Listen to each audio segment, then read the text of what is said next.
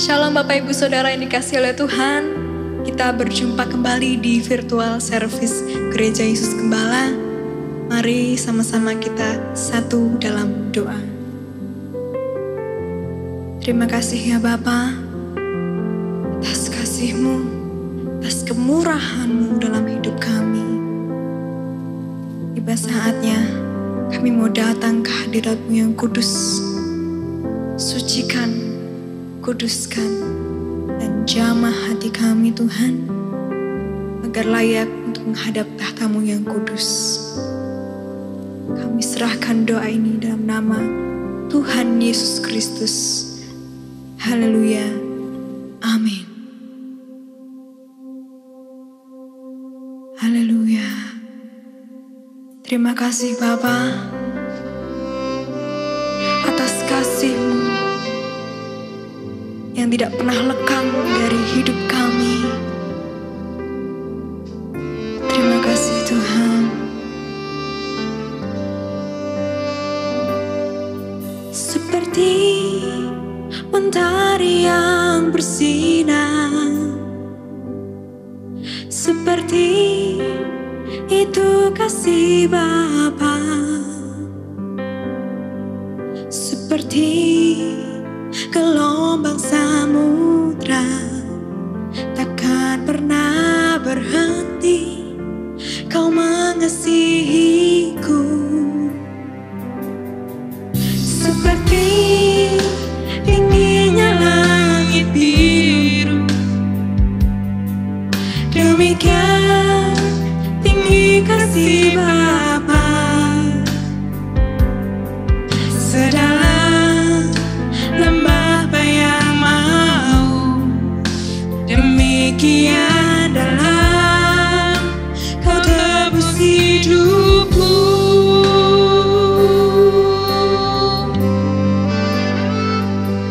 Kasih-Mu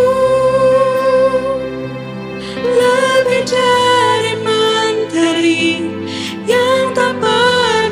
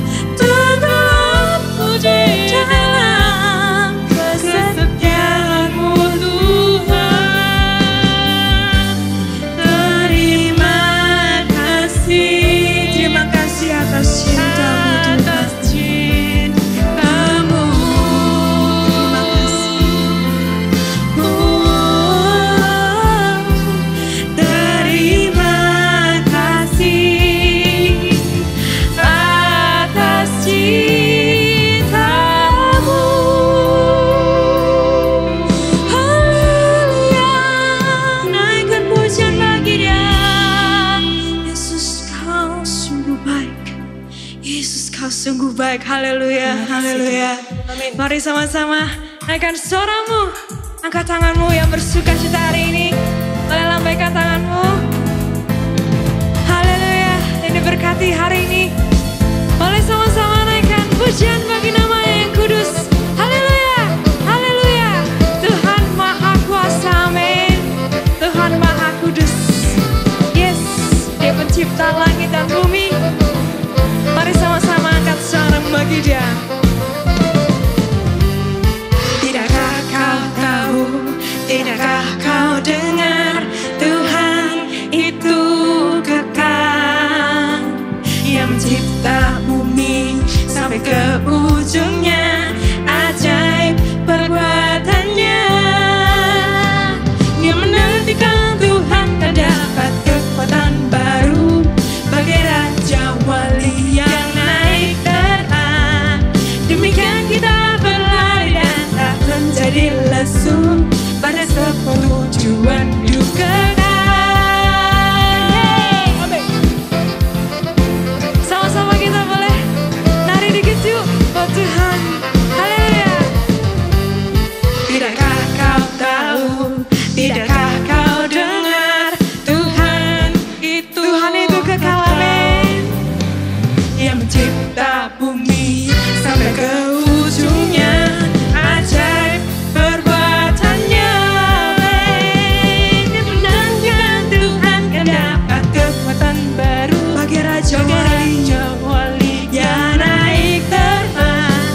Demikian kita berlari dan tak menjadi lesu pada sebuah tujuan hidup kekal. Tuhan Maha Kuasa, Maha Kuat, tiada yang serupa. Tuhan Maha Kudus, yes, tiada yang menyamai, tiada yang menandingi. Tuhan Maha Kuasa, Maha Kuat, tiada yang serupa. Tuhan Maha Kudus, yes, Dia Maha Kudus, tiada yang menyamai, tiada yang menandingi. Amin. Oh, sama-sama angkat suaramu.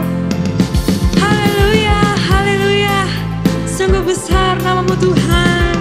Tuhan yang Maha Kuasa, yang mencipta langit dan bumi. Sama-sama sorakan.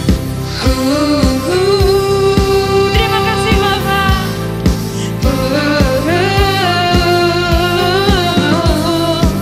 Namamu besar Tuhan. Tuhan Maha Kuasa.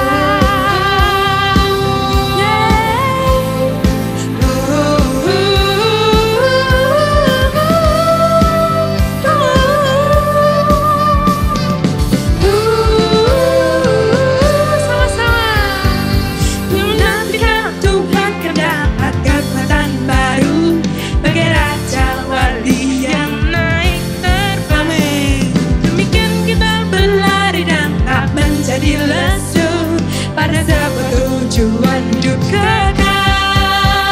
Tuhan aku haleluya. Sungguh Kau Maha Kuasa, tiada yang serupa. Tuhan Maha Kudus, tiada yang menyamai, tiada yang menandingi. Tuhan Maha Kuasa, Maha Kuat, tiada yang serupa. Tuhan Maha Kudus, tiada yang menyamai, tiada yang menandingi.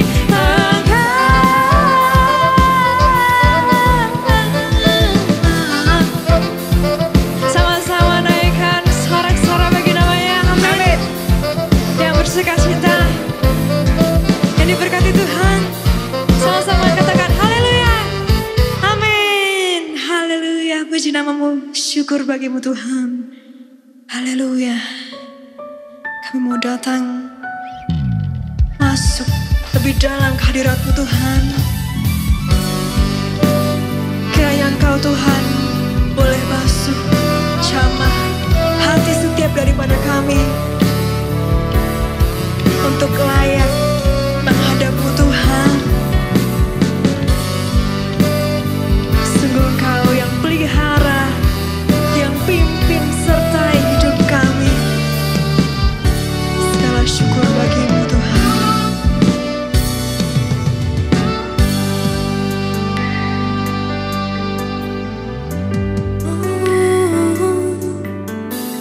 Kau menghitung bintang-bintang, juga Kau yang menghitung rambutku. Kau yang menghardik taufan, juga Kau yang pelihara hidupku. Nyanyi besar nama-Mu di bumi dan di surga, layak disembah. Hosana, mulia tahta-Mu. Haleluya, haleluya.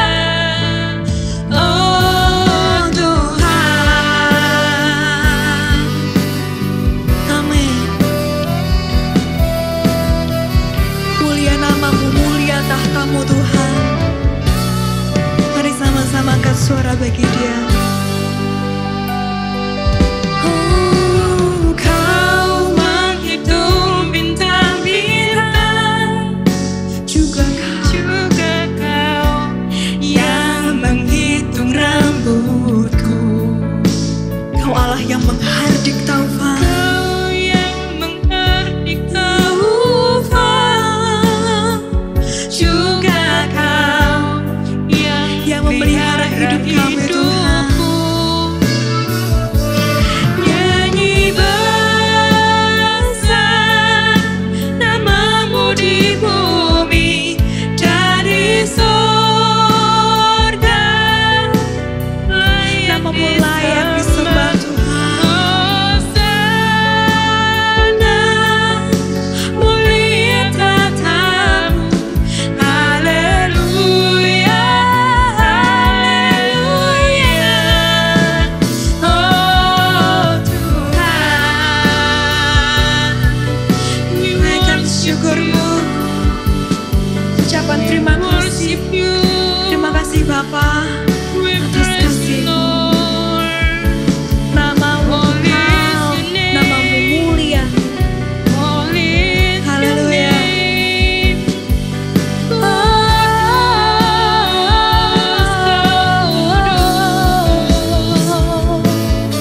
Mulia tahta-Mu Bapa.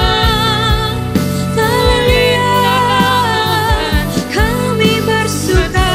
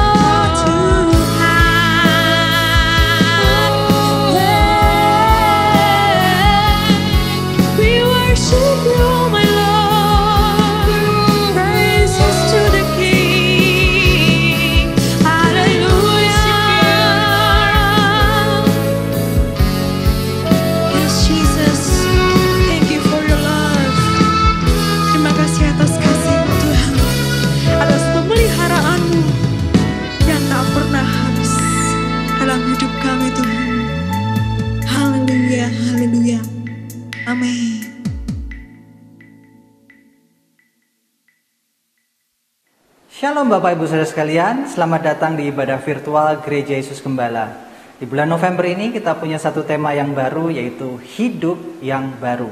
Setiap kita yang percaya Tuhan dan mengalami tuntunan Tuhan harus mempunyai hidup yang diperbarui dalam salib Kristus. Menjadikan kita sempurna bukan karena perbuatan baik kita, tetapi karena kesetiaan Tuhan.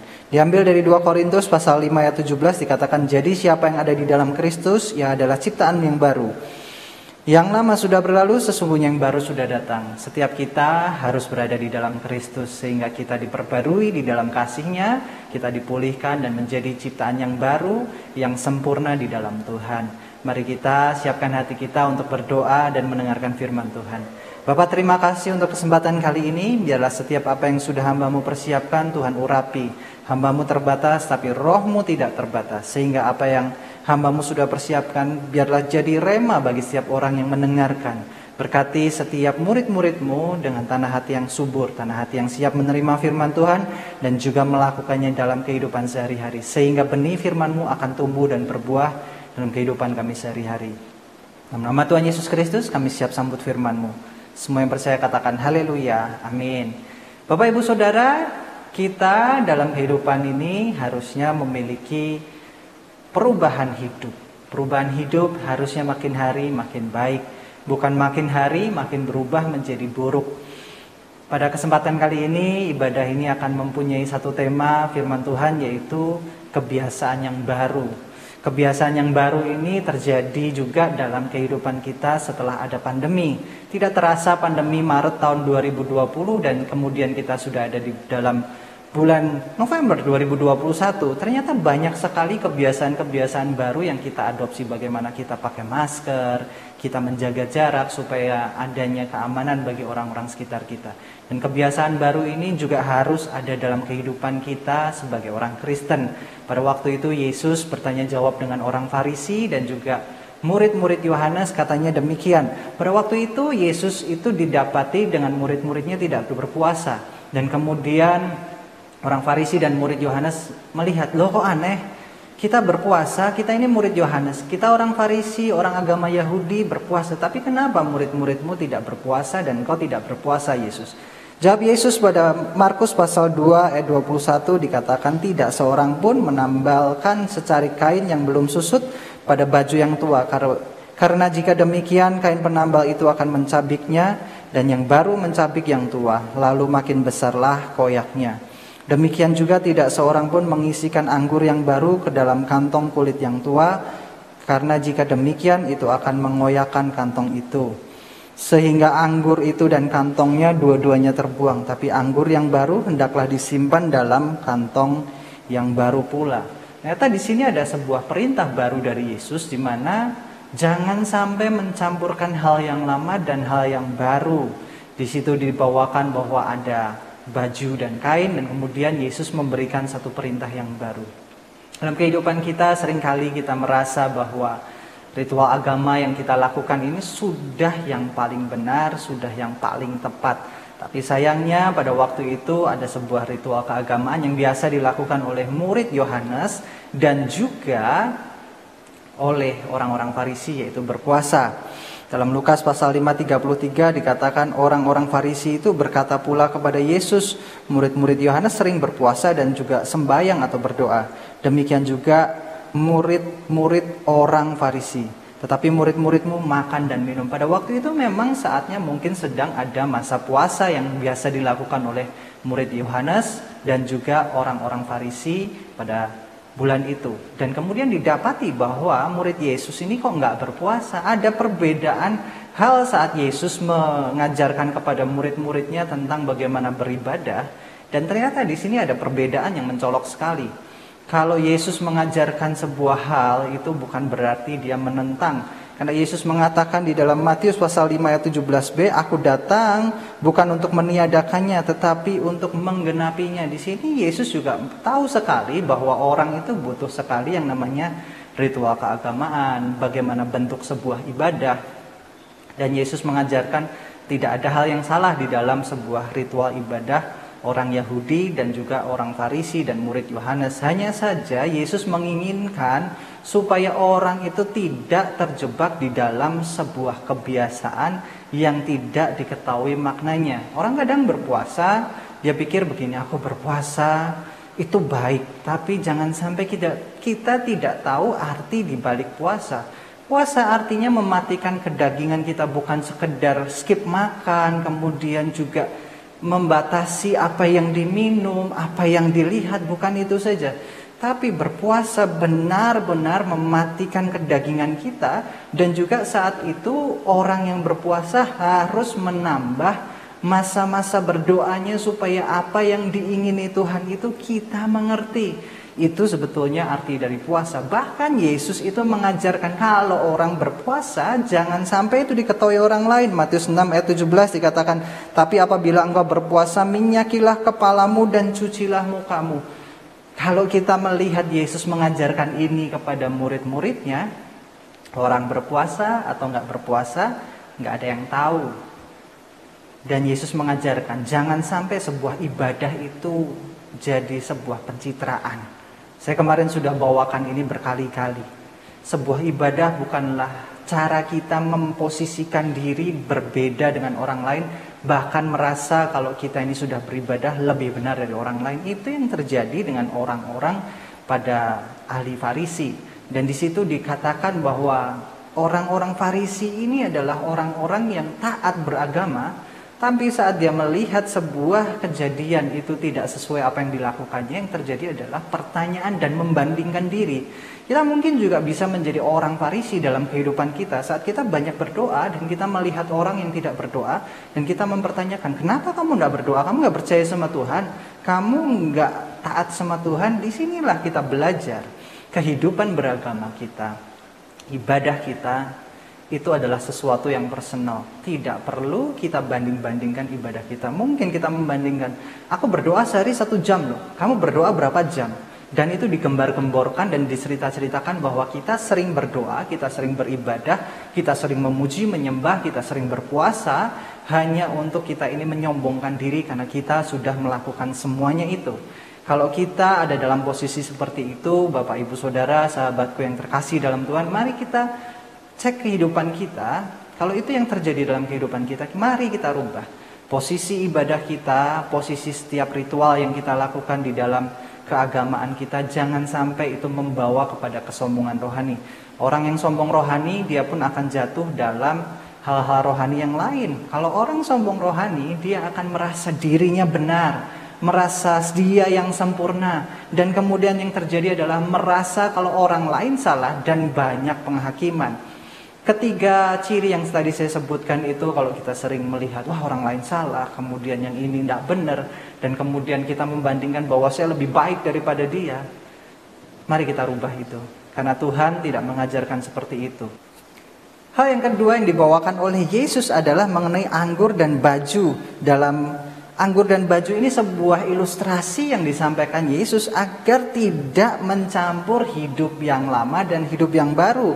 Markus pasal 2 ayat 21 dikatakan, tidak seorang pun menambalkan secari kain yang belum susut pada baju yang tua, karena jika demikian kain penambal itu akan mencabiknya, dan yang baru yang tua itu lalu makin besar koyaknya.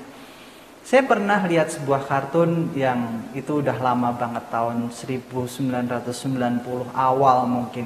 Di situ adalah kartun Tom and Jerry. Ceritanya adalah ada baju yang baru yang dipakai dan belum pernah dicuci. Saat baju itu dicuci, baju itu menyusut banyak sekali. Saya kira sama seperti apa yang dibawakan Yesus saat menambalkan sebuah kain yang belum pernah dicuci dan disusutkan dan ditambalkan di dalam baju tua yang ada lubangnya, dan kemudian kita tambal pakai kain yang baru. Dan saat ditambalkan, kain itu akan menyusut, mengkerut, dan akan merobek bagian-bagian lain yang mungkin tadinya baik-baik saja. Di sini kita melihat Yesus membawakan kain yang baru yang belum susut itu sebagai sebuah kebiasaan yang belum dikenal sebelumnya. Kebiasaan yang tepat, dan kemudian saat itu ditambalkan di dalam kebiasaan yang lama, justru kebiasaan baru ini akan membuka jeleknya kebiasaan-kebiasaan yang lama. Kita harus berpikir jangan sampai kita ini memakai apa yang Tuhan Yesus ajarkan itu sebagai tambalan dari kebiasaan lama kita. Yang kedua adalah mengenai anggur. Anggur ini ceritakan sama Yesus justru menarik sekali. Demikian juga tidak ada seorang pun mengisikan anggur yang baru, Markus pasal 2 ayat 22, ke dalam kantong kulit yang tua. Karena jika demikian anggur itu akan mengoyakkan kantong itu sehingga anggur itu dan kantongnya kedua-duanya terbuang. Tapi anggur yang baru hendaknya disimpan dalam kantong yang baru pula. Anggur yang baru ini bukanlah anggur yang sudah berfermentasi dan kemudian umurnya masih muda. Tetapi anggur yang mulai dibuat untuk berfermentasi. Kalau anggur yang baru ini berfermentasi, dia akan makin asam, dia juga ada reaksi kimianya. Saat dia dimasukkan anggur yang baru yang sedang diolah dan tadi bertumbuh secara fermentasi tadi itu dalam kantong yang tua, maka kantong yang tua yang sudah tidak lihat tempatnya ini akan rusak. Di sini kita melihat juga jangan sampai dalam kehidupan kita, kalau kita percaya Yesus, sebuah kebiasaan baru atau sebuah pemikiran yang baru itu masuk kepada pemikiran yang lama. Anggur dan juga kain ini bukan bercerita mengenai makanan dan minuman saja dan pakaian, tetapi ini bercerita bagaimana kita dalam hidup. Kalau kita punya kebiasaan yang lama, mungkin pemikiran pola lama kita, mungkin kita nggak semuanya lahir itu langsung jadi Kristen. Ada beberapa orang itu menganut kepercayaan lain. Misalnya orang tersebut menganut sebuah kepercayaan kepada dewa-dewa, ataupun juga menganut kepercayaan kepada hal-hal rohani yang lain, dan kemudian saat dia percaya Yesus, dia masih berdiri dalam dua perahu, yang ini dipegang, yang ini juga dipegang. Kemudian saat berjalan itu perahu itu yang satu ke kiri, yang satu ke kanan, sehingga tidak ketemu titik temunya. Contoh gampang adalah gini, kalau orang yang tadinya masih percaya dengan dukun, masih percaya dengan orang pintar, dan kemudian saat dia terima Yesus, yang terjadi adalah dia juga masih mempercayai orang pintar tersebut, masih mempercayai nasihat-nasihat orang yang mempunyai hal rohani yang spiritual yang kayaknya seperti mujizat. Dan dia pikir gini, kalau dukunnya gagal, ya biar Yesus yang bertindak. Atau bisa juga mempercayai Yesus, tapi juga masih mempercayai hal yang lama. Contoh tadi orang yang masih percaya dukun, awalnya yang belum percaya Yesus. Dia bilang, dia mempunyai pemikiran, ya sudah, aku mau percaya Yesus. Tapi kalau Yesus gagal, aku punya cadangan nih orang dukun tadi, orang pintar tadi. Dan kemudian dia membuat sebuah elaborasi atau sebuah satu tatanan yang baru. Ini yang baru, aku tambahin yang lama. Ini yang dimaksud Yesus. Kalau kita punya hidup yang baru, tinggalkan hidup yang lama kita. Jangan sampai kita ini mempunyai dua pola hidup yang bertentangan. Dalam istilah kerennya adalah Yesus plus plus, di mana kita mempercayai Yesus tapi juga mempercayai hal-hal lain. Gampang bagi anak-anak muda sering baca horoskop, mungkin sering baca ramalan, mungkin sering ikut tarot kayak apa. Nah, disinilah kita belajar. Kalau kita percaya Yesus, jangan mempercayai hal-hal demikian, karena hal-hal demikian itu belum tentu benar, karena itu pasti salah. Tarot, kemudian horoskop dan lain-lain itu kita sering mencocokkan. Saya pernah satu kali membaca koran di situ, bagaimana caranya orang yang mempunyai tanggal lahir tertentu, mempunyai jam tertentu, dan kemudian dia elemennya apa, pada waktu bangun tidur harus melangkahkan kaki. Itu pertama kali menjejak tanah itu kaki kanan dulu. Saya pikir apa bedanya kaki kanan sama kaki kiri. Dan kemudian saya bacalah, kalau seperti ini orang mempercayai yang namanya ramalan, juga mempercayai Yesus, dia akan berada di dua perahu yang berbeda. Dan kemudian dia bingung mau ikut mana. Ikut Yesus, tidak perlu memikirkan yang lain. Kita percaya Yesus itu tidak pernah gagal. Kita sering berpikir kalau Yesus ini sebagai penambal di dalam kebutuhan kita, penambal di dalam setiap apa yang kita pergumulkan. Yesus bukanlah demikian, tetapi kalau kita punya kain yang baru, buatlah baju yang baru untuk kita kenakan. Kalau kita punya anggur yang baru, kita nikmati anggur yang baru itu, karena Tuhan selalu mencurahkan anggur yang baru. Anggur yang baru dari Tuhan itu lebih baik daripada anggur yang ada di dunia ini. Bapak Ibu Saudara ingat akan pernikahan di Kana. Anggur baru yang dibuat oleh Yesus itu jauh lebih bagus daripada anggur tua yang disediakan oleh dunia ini. Saat pernikahan di Kana justru juru anggur berkata, harusnya orang itu memberikan anggur yang jelek di akhir. Tapi ini aneh pernikahan ini. Anggur baru justru dikasih di akhir. Kenapa? Karena Yesus menyediakan anggur yang baru itu jauh lebih baik daripada anggur-anggur dunia. Kita belajar bahwa Yesus menyediakan yang terbaik dalam kehidupan kita. Tidak peduli seberapa baiknya yang dunia tawarkan. Kita belajar melalui perumpamaan anggur dan kain ini. Anggur Yesus jauh lebih baik. Baju yang Yesus pakaikan kepada kita, baju kemenangan jauh lebih baik daripada apa yang dunia tawarkan. Jangan sampai kita terpikat oleh hikmat-hikmat dunia. Jangan sampai kita terpikat oleh apa yang di dunia tawarkan kepada kita. Bapak Ibu Saudara yang terkasih dalam Tuhan, inilah kita belajar mempunyai kebiasaan yang baru, berarti kita juga belajar untuk menciptakan hal-hal yang benar di hadapan Tuhan. Kebiasaan yang baru akan menciptakan hidup yang baru. Mengadopsi hal baru tanpa menghilangkan esensi, bahkan ini harus mengkalibrasi arti sebuah kebiasaan kita. Kalau kita mempunyai kebiasaan yang baru, kita ini juga mengkalibrasi kehidupan lama kita. Jangan-jangan kita ikut Yesus, tapi tidak ada perubahan dalam kehidupan kita. Kita sama aja seperti yang lalu. Saat ikut Yesus pasti ada perubahan. Saat ikut Yesus pasti ada pertolongan. Saat ikut Yesus pasti ada kelegaan yang menyertai kita. Tapi kalau kita punya kebiasaan yang baru, kita membangun iman yang benar, tetapi tidak ada perubahan dalam hidup kita, hidup kita sama seperti hidup yang lama. Ada yang salah. Karena Markus pasal 2 ayat 34 dikatakan demikian. Jawab Yesus kepada mereka, dapatkah sahabat mempelai laki-laki disuruh berpuasa sedang mempelai itu bersama mereka? Tapi akan datang waktunya apabila mempelai itu diambil dari mereka, dan pada waktu itulah mereka berpuasa. Berpuasa biasanya saat orang sedang dalam pergumulan. Contoh kemarin Ratu Esther, saat dia bergumul bagaimana dia akan menghadapi Raja Ahasiweros, dia mengajak dayang-dayangnya berpuasa. Orang berpuasa ini biasanya sedang ada dalam masa dia susah, bagaimana dia mencari jalan keluar. Tapi Yesus mengatakan kalau seorang mempelai dan juga sahabat-sahabatnya sedang berkumpul, ngapain puasa? Mereka kan sedang merayakan pernikahan. Pada saat itu pasti ada sesuatu yang gembira dalam hidup mereka. Sebuah kebiasaan yang baru yang Yesus ingin katakan, masa berpuasa itu tidak tergantung waktu, tapi tergantung bagaimana kita ini menginginkan dekat sama Tuhan. Jangan sampai dalam masa sukacita justru kita ini merasa duka cita. Yesus menginginkan kita punya suatu pola yang baru, pola yang berubah dari hidup lama kita.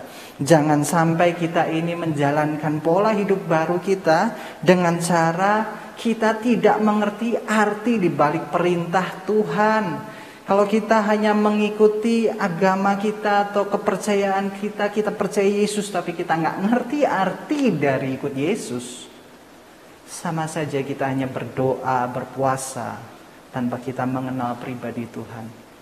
Saat kita belajar firman Tuhan, saat kita berdoa, saat kita berpuasa, harusnya kita justru makin mengenal siapa yang kita ajak berbicara, siapa yang kita ajak berdoa. Kita harus belajar sekali bahwa dalam kehidupan ini, Bapak Ibu Saudara, jangan sampai kita ini menghilangkan arti dari sebuah ibadah dan kepercayaan kita. Juga kita ini jangan sampai mengatakan aku punya hidup yang baru, tapi kita tidak meninggalkan kehidupan yang lama. Saat kita punya hidup yang baru sudah datang, maka yang lama itu ditinggalkan. Jangan sampai kita ini percaya Yesus tapi juga masih mempercayai kepercayaan lama kita. Karena Yesus pada waktu membawakan jawaban kepada orang-orang Farisi dan juga murid-murid Yohanes, dia ingin memisahkan apa yang diajarkan Yesus itu berbeda sekali dari agama Yahudi. Agama pada waktu itu yang dianut oleh orang-orang kaum dari Farisi dan juga murid-murid Yohanes masih menganut ajaran Yahudi. Di sini Yesus ingin membawakan satu perintah yang baru, satu kebiasaan yang baru, dan pada waktu Yesus membawakan ini, jangan sampai kita mencampur adukan kekristenan kita dengan ibadah-ibadah yang lain. Kita belajar sekali, Yesus satu-satunya juru selamat. Tidak perlu ada Yesus dan yang lain. Yang ketiga, hidup yang baru berarti adaptif, menjalankan sesuai dengan perubahan zaman.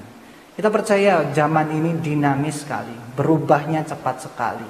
Zaman dulu orang itu kalau mau belanja dia harus pergi ke toko, bahkan untuk berbelanja dia harus pergi ke luar kota, mungkin ke kota lain. Dan kemudian saat orang ingin berkomunikasi zaman dulu itu untuk bersurat, mungkin kirimkan pesan itu butuh waktu berhari-hari. Coba bayangkan sekarang, orang mau belanja itu tinggal buka gadgetnya, udah ada semua di situ. Orang pengen kirim pesan, berkomunikasi, tinggal buka gadget, telepon, cepet banget. Zaman berubah dengan sangat cepat. Tapi kalau kita tidak mengerti esensi ibadah kita dan kita berkata yang namanya Yesus zaman dulu ya kumpul, iya pokoknya kumpulkan orang, pokoknya bikin ibadahnya seperti itu tanpa kita mengadaptasi zaman sekarang di mana ada pandemi yang berbeda. Dan juga kita harus sadar bahwa angkatan-angkatan bawah kita ini mempunyai kebiasaan yang berbeda. Bapak Ibu Saudara yang saya kasih dalam Tuhan, ternyata banyak sekali zaman sekarang ini perbedaan pola yang signifikan. Kalau dulu orang beribadah butuh gedung gereja, butuh datang dan lain-lain. Dan ternyata pada waktu pandemi ini harusnya orang-orang tua yang umur 55 tahun ke atas itu harus beribadah di rumah, dan juga yang umur produktif 14 tahun, yang masih remaja sampai umur 55 itu datang ke gereja. Tapi tahu nggak siapa yang merindukan datang ibadah ke gereja? Yang umur 55. Dan yang siapa yang paling senang ibadah di rumah? Yang umurnya itu rata-rata 20 atau 25 tahun ke bawah. Mereka senang sekali untuk beribadah di rumah lewat siaran virtual. Kalau kita sebagai orang yang kaku, pokoknya aku nggak mau bikin ya pokoknya seadanya. Ya nggak apa-apa, tapi kita harus paham ada perubahan zaman di mana kita juga harus adaptif. Sahabatku, kita dalam masa-masa ini jangan sampai menjadi orang yang kaku. Banyak orang yang kaku, perusahaan yang kaku, kemudian institusi-institusi yang kaku yang tidak mau berubah dengan zaman, dia akan lenyap. Jangan sampai gereja hilang hanya gara-gara pemimpin tidak mau mengikuti perkembangan zaman. Pakai perkembangan zaman untuk kita ini membawa kabar gembira ini sampai kepada orang-orang yang kita inginkan dan yang Tuhan inginkan. Zaman dulu ada yang namanya tele-evangelisasi. Zaman sekarang udah gak butuh biaya untuk tele-evangelisasi. Bikin yang namanya rekaman ibadah seperti ini bisa diupload ke YouTube. Itu menjadi sarana di mana kita memberitakan kabar baik sampai ke ujung dunia. Siapapun bisa melihat. Disinilah kita belajar. Hidup yang baru harus membawa pada pola yang baru. Hidup yang baru harus membawa dampak yang baru. Tapi jangan sampai kita meninggalkan esensi yang lama. Justru kita mengkalibrasi arti dari kehidupan lama kita. Kalau kita sudah lama jadi Kristen, jangan sampai kita lupa untuk beribadah, berdoa, dan kita memuji, menyembah Tuhan.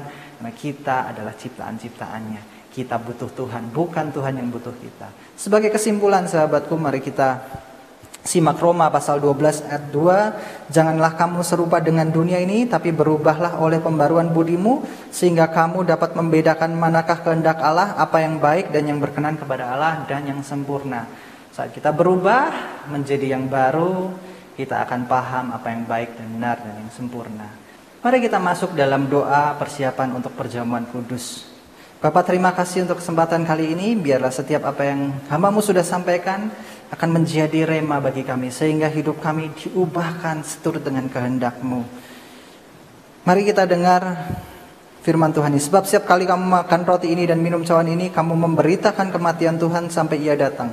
Jadi barang siapa dengan cara yang tidak layak memakan roti atau minum cawan Tuhan, ia berdosa terhadap tubuh dan darah Tuhan. Karena itu hendaklah tiap-tiap orang menguji dirinya sendiri, dan baru sudah itu ia makan roti dan minum dari cawan itu. Karena barang siapa makan dan minum tanpa mengakui tubuh Tuhan, ia mendatangkan hukuman atas dirinya. Kalau kita menguji diri kita sendiri, hukuman tidak menimpa kita. Tetapi kalau kita menerima hukuman, kita dididik supaya kita tidak akan dihukum bersama-sama dengan dunia. Tuhan, terima kasih bahwa setiap apa yang kami sudah dengar dan kami persiapkan, biarlah kami ini boleh introspeksi terhadap kesalahan kami, pelanggaran kami. Sempurnakan kami dalam salib-Mu, dalam kasih-Mu.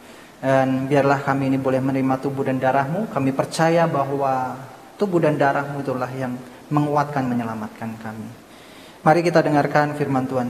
Sebab apa yang telah kuteruskan kepadamu, yaitu bahwa Tuhan Yesus pada malam waktu ia diserahkan, mari kita angkat roti tangan kanan kita, mengambil roti dan sudah itu mengucap syukur atasnya, ia memecah-mecahkan dan berkata, inilah tubuhku yang serahkan bagi kamu, perbuatlah ini menjadi peringatan akan aku. Tuhan, kami percaya bahwa roti yang kami pegang adalah tubuh Kristus. Sehingga kami ini diselamatkan oleh karena perbuatan kasih-Mu, bukan karena perbuatan baik kami.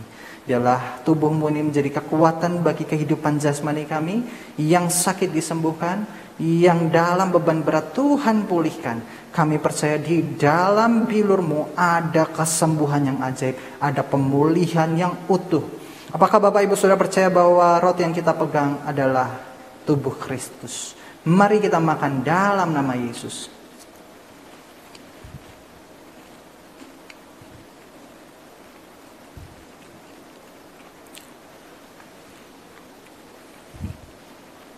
Demikian juga ia mengambil cawan sudah makan lalu berkata, mari kita angkat cawan kita. Cawan ini adalah perjanjian baru yang dimeteraikan oleh darahku. Perbuatlah ini setiap kali kamu meminumnya menjadi peringatan akan aku. Tuhan, kami percaya bahwa darah mulai yang tercurah menebus dosa kami, menghapus dosa semua orang yang percaya dan memberikan hidup yang kekal. Yang percaya bahwa di dalam darah-Mu ada keselamatan, ada meterai yang membawa kami masuk dalam kitab kehidupan. Terima kasih Tuhan untuk kesetiaan-Mu bagi salib-Mu dan juga kebangkitan-Mu. Apakah Bapak Ibu sudah percaya bahwa cawan yang kita pegang berisikan darah Kristus? Mari kita minum dalam nama Yesus. Haleluya Tuhan. Terima kasih Tuhan bahwa dalam kesempatan kali ini kami masih bisa beribadah. Biarlah setiap kami yang dalam kesesakan Tuhan pulihkan. Kami yang dalam pergumulan Tuhan beri jawaban. Kami yang sedang mengalami hal-hal yang buruk Tuhan beri penghiburan. Terima kasih dan sebentar kami akan berpisah satu dengan yang lainnya. Biarlah kami boleh terima berkat-Mu. Mari kita angkat tangan di hadapan Tuhan. Murid Yesus Gembala, terimalah berkat jasmani, jiwani dan rohani dalam keluargamu, pekerjaanmu, studimu, pelayananmu dan komunitasmu. Diberkatilah engkau dengan kehidupan kekal. Diberkatilah engkau dengan hikmat ilahi. Diberkatilah engkau dengan kekuatan dan pengharapan kekal. Diberkatilah engkau dengan kekayaan dan kemuliaan Tuhan. Diberkatilah engkau selalu dalam damai sejahtera dan sukacita. Diberkatilah engkau dalam terang kasih dan iman sejati. Dialah Tuhan yang tidak berubah sekarang dan selamanya, yang menghadapkan wajahnya padamu dan menyertai engkau selamanya untuk memberitakan kabar baik sampai ke ujung dunia. Saudara-saudara yang Tuhan Yesus kasih, terimalah berkat anugerah pemeliharaan kekal dari Allah Bapa, berkat rahmat pemulihan dari Tuhan Yesus Kristus, berkat pertolongan dan penghiburan kekal dari Allah Roh Kudus dalam kehidupanmu dari sekarang sampai Maranatha dan sampai selama-lamanya. Dalam nama Yesus kami sudah berdoa dan mengucap syukur. Semua yang percaya katakan haleluya, amin. Bapak Ibu Saudara, ibadah sudah selesai. Sampai bertemu di ibadah selanjutnya. Biarlah hidup yang baru ada dalam kita. Dan jangan lupa, Tuhan selalu mengasihi kita dan ingin kita menjadi manusia yang berbuah bagi sesama. Sampai bertemu di ibadah selanjutnya. Tuhan Yesus memberkati.